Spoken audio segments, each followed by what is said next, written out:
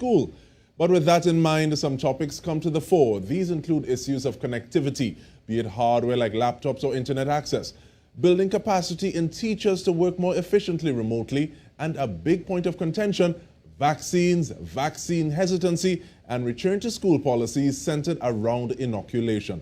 It's time to go in-depth on education with Minister Dr. Nyan Gadsby-Dolly.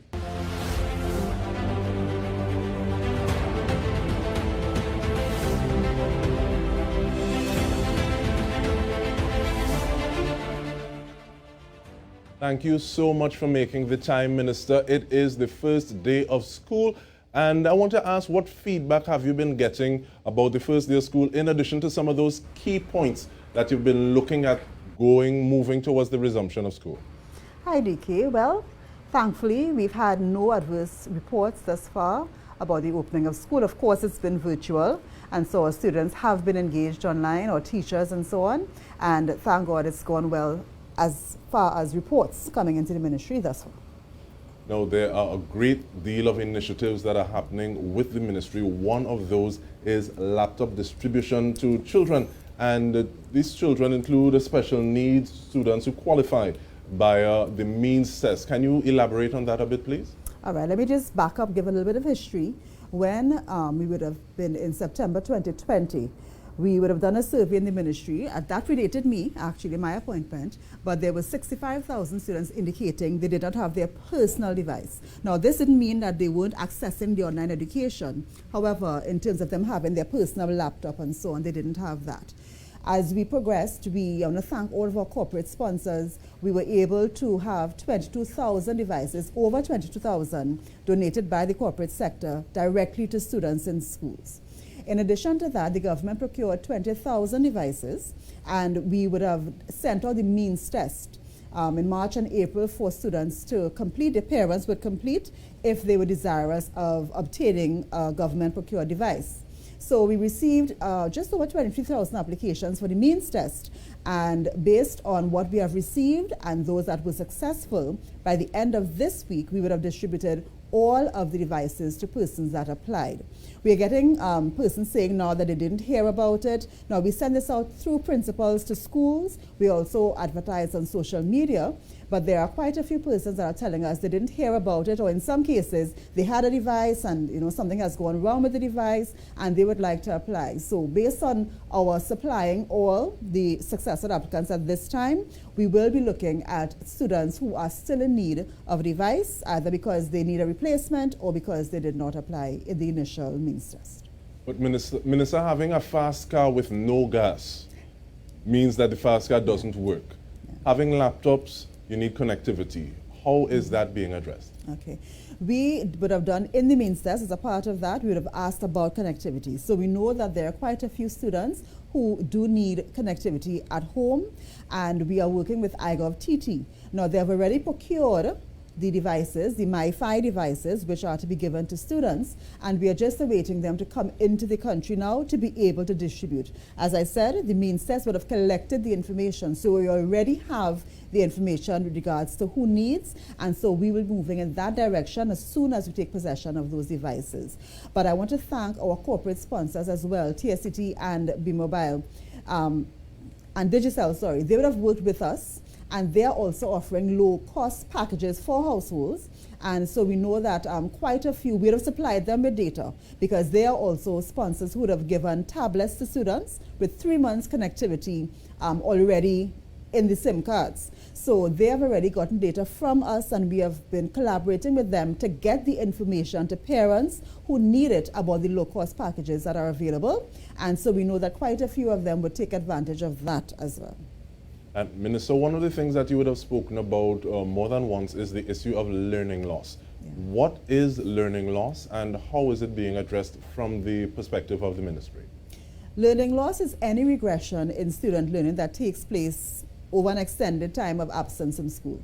So, for example, from a normal vacation that would have just come off, that 2-month vacation, you would find students having learning loss because they wouldn't be necessarily engaged every day in schooling. And so if that happens on a 2-month vacation, could you imagine what happens when students are not in school for extended periods of time? or as happened in the virtual environment, where they had to have a transition to, getting into that virtual, they had to have supervision at home and so on. So it is accepted that this would be a part of the COVID-19 landscape. It's a global phenomenon. And so in Trinidad and Tobago, what we are doing is working with the teachers, and we have asked that in weeks 2 or 3 of the term, they do a diagnostic for the students, where the ministry will supply exactly where the students are supposed to be based on their class level. And that diagnostic, and the ministry will supply the math and the English language arts part of it. It will assist teachers in seeing exactly where their students are. So they'll be able now to tweak their curricula and their schemes of work for the term to really meet the needs of the students. In addition to that, the ministry has received tenders for the online literacy and numeracy solutions. We have sent that out. We sent out an expression of interest first. We got quite a few respondents, so we know that there are online solutions out there, and they would utilize adaptive learning. So the students now can be self-paced and self-directed in terms of going on, doing exercises to build up their skills. Math and grammar, these are the fundamentals. And so we are looking forward to having that contract awarded and having that available for students, so that it will meet the learning loss that we know they would face and assist them in the most fundamental areas. But that asynchronous learning, I really appreciate the fact that it can be taking place on a self-paced basis. Yeah. Has there been any conversation about social skills, the lack of interaction, and how that affects the students? A lot of conversation, because as we all know, when you think back of school and your days at school, you think about your friends, you think about running and playing in the yard, you think about all of that, and that constitutes fun. It constitutes how you would have learned about teamwork, it constitutes how you would have accepted losses and all of that. So that's a big part of what our children are not getting now. And that is why I would have alluded to the fact that the online environment is good. And it's the best we can offer our students at this point in time based on their health and safety. But the sooner we get our children back to school, and the UN has been speaking to this for almost a year now, the sooner we get them back to school, we get them back to the point where they can socialize, and that's really important. So our Student Support Services Division, they have been doing a lot of work.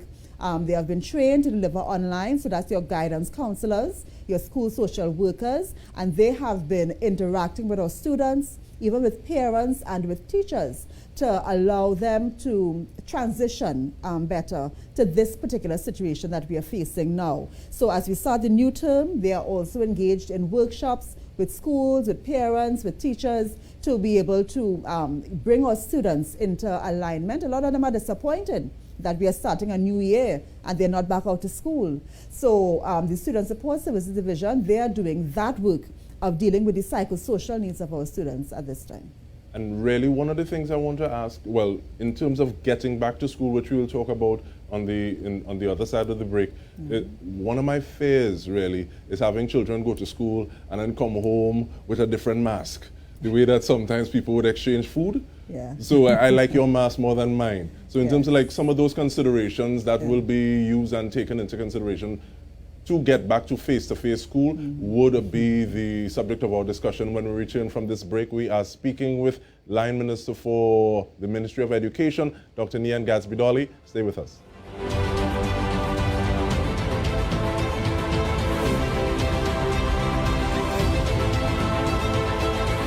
JJ and Friends give you more reasons to celebrate with our biggest Independence Sales Day event. Get 30% off all our innovative learning systems. This is a great investment for your children. I would encourage any parent to buy this product. Buy this kit for your children. It's very good. That's huge savings on the most successful educational programs designed that's aligned with the Ministry of Education syllabus. 30% off the only learning system backed by 10 years of achievement in home-based learning and thousands of successful students. She graduated as class valedictorian. Had it not been for the SEA success, she would not have done so well. Call now for this amazing offer. Get our newly upgraded packages for preschool and primary school at these incredibly discounted prices. This is a limited time offer, so call now. 800-READ. That's 800-7323. Let's transform your home into an effective learning environment. Every word, every line, every paragraph depicts a real moment in someone's life. A father, a sister, a mother, a brother. We at Newsday are dedicated to you, the people, and through independent, unwavering journalism, strive to always bring your stories to life. Because your stories are more than just words. Newsday, independent and credible.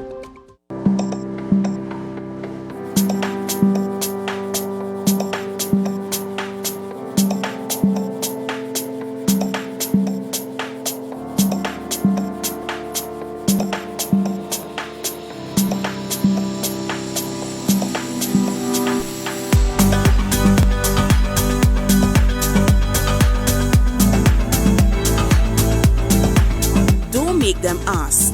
Wear your mask. So I see you finally downloaded SEC's Investor Protection app. I'm chatting with the investor bot right now, live and interactive. Really simple to navigate, right? Definitely. I'm getting my daily investor tips and investment fraud updates with ease. And there's a comprehensive list of registered registrants and investments for due diligence. Plain talk, this is the easiest way to submit investment complaints and report scams to the SEC. Yep, I can send images, videos, documents, even audio files, and stop scammers in their tracks. I've made much better investment choices since I started using it. Me too. Loads of investor info in the palm of my hands, and I love it.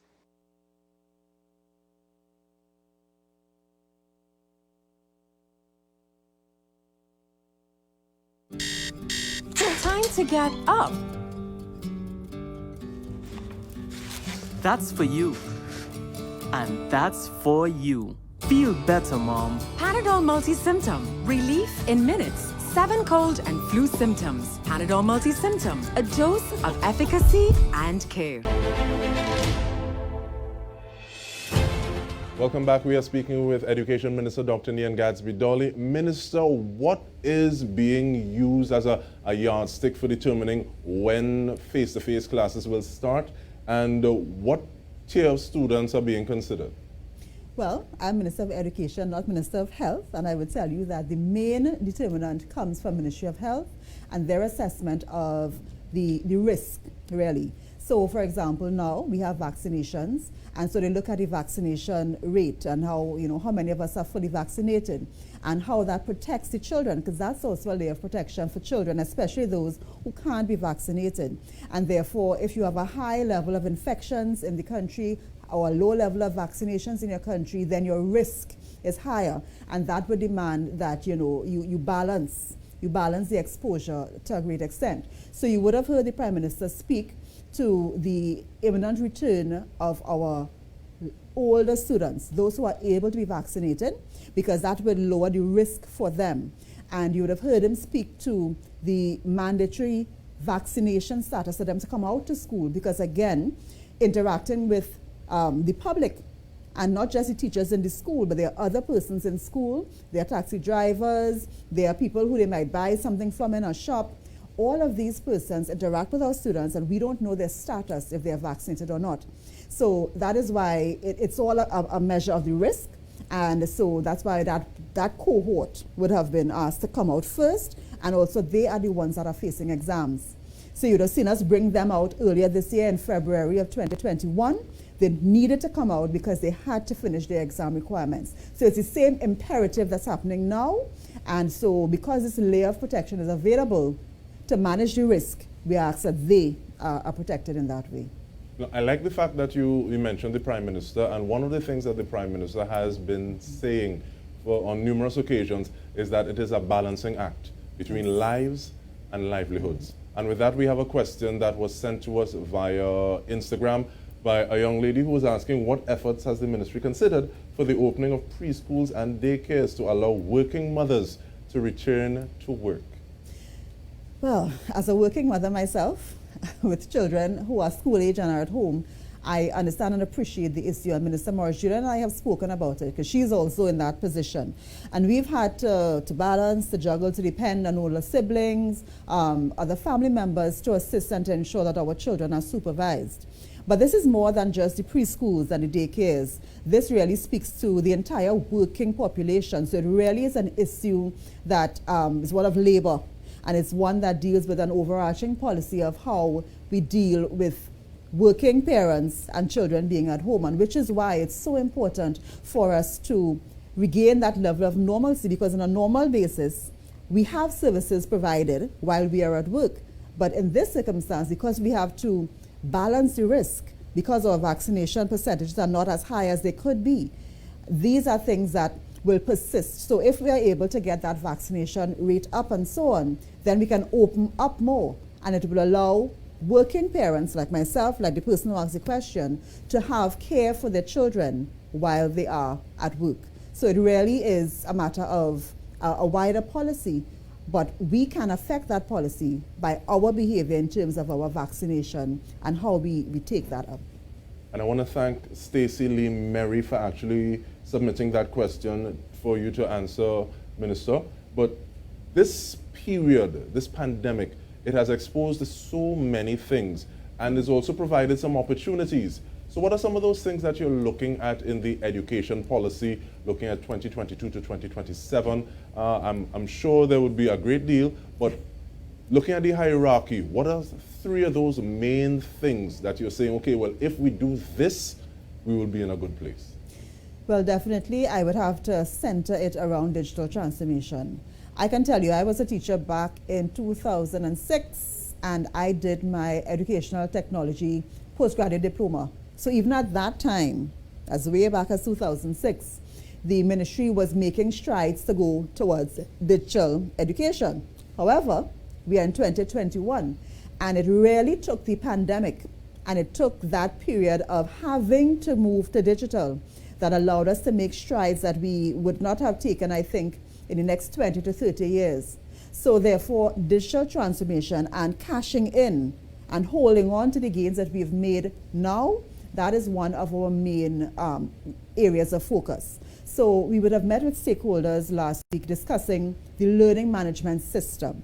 Because although our teachers and our students and our parents have done very well in emergency mode for online learning, the gold standard of online learning, of organized online learning, is a learning management system where you have teachers with their own e-classroom, and all the work is laid out, it's prepared. They can do quizzes with their students, they can do e-testing in a more fulsome and productive way. And that is really where we want to go to, and we'd have met with our stakeholders describing the vision that we have. We have started at the Ministry of Education as another one of those main goals to support that, the Education Technology Unit, which didn't exist before, which we are now staffing. And that is important because to move to online learning in this organized way, you have to have staff who are dedicated to that task. So it's a digital ecosystem that is being built. It's not just the devices. As you so rightly said, it's not just devices, it's connectivity.